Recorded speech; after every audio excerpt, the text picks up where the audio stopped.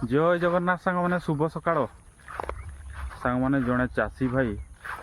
Are समस्या नहीं अनेक चिंतित था देखिले किछि दिन तले जड़े साधु महात्मा बुद्ध पाख गाँ को आसी माने अनेक लोकंकर समाधान दौरान एवं समस्या मध्य दूर होची अनेक लोक खुशीर सहित निजर जीवन यापन करुछंती। यह देखी से चाषी भाई जनक से साधु महात्मा पाखक गले एवं कहले जनइले हे महात्मा मोर जीवन रे एभली समस्या एवं आर्थिक परिस्थिति बड़ जटिल रही। साधु महात्मा कहले निजर कर्म उपरे भरसा रख निजर कर्म परिचाल भगवान को प्रत्येक दिन किंतु आपण प्रार्थना करी कहतु मो जीवन रे भल जिनिस आसू भल सफल जीवन मु बंचे यह प्रत्येक दिन करेंगे कहले से चाषी भाई जनक कह मोर तो सबुदिन चाषरे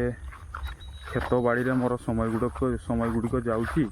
मु तो मंदिर किंबा भगवान को प्रार्थना करने मोर समय नहीं बोली से चाषी भाई जनक कहले।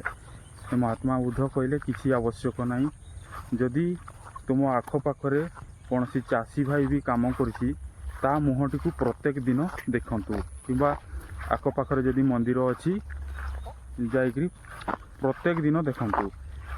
बोली से कहले। से चाषी भाई जनक कहले महात्मा बुद्ध मो पाखरे तो मंदिर नहीं आउ मो चाष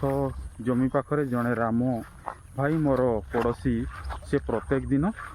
से चाष करती ता मुह को मु प्रत्येक दिन आपड़ जदि कहे देखिपारि।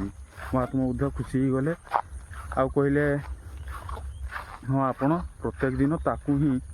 खाइबा पूर्वर देखिए। से चाषी भाई को प्रत्येक दिन सेमती निज क्षेत्र में कार्य करे जिते बड़े खाइबा जाए से खाइबा पूर्वर से राम से चाषी भाई जन को देखिकी ता खाद्य ग्रहण करे।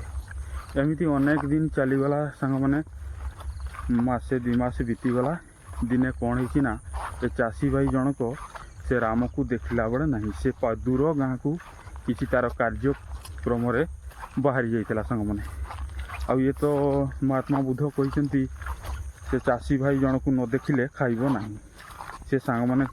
चाष कार्य सारा पर ताकू देखापी गला जे ता घरे भी नहीं देखला दूर गाँ को पड़े जाइए तापरे से भी खोजी खोजी गला जे कौटी राम अच्छी ताकू देखिले जे ये खाइब सांग मैंने ताकू गला देखिला बहुत दूर रे से राम बड़ खजना पाई जाइए माने देखिथिबे सुना हीरा गोटे हांडी रे पाई जाइए किंतु सी देखिला से चाषी भाई जन को आसूची से भाविला ये देखी नहीं सांग मैंने किंतु राम देखी नहीं सी कहला राम मु तते देखीदेली मु जाऊँगी मोर काम हो गला। सी भाविला राम भाविला सी मते देखी नहीं आउ कहीदेव काले माने गाँ लोक को जदि जनईदेव मते बांधी नेबे राजा। राम चाषी भाई जन को डाकिला आ कहला शुण एगुड़ा मु पाइछि आमे दुई जन ही भाग करी जा हबो नहीं जीवा। एठू सांग माने से भाविला भगवान को प्रत्येक दिन प्रार्थना करवा कि कौन सी कर्म रे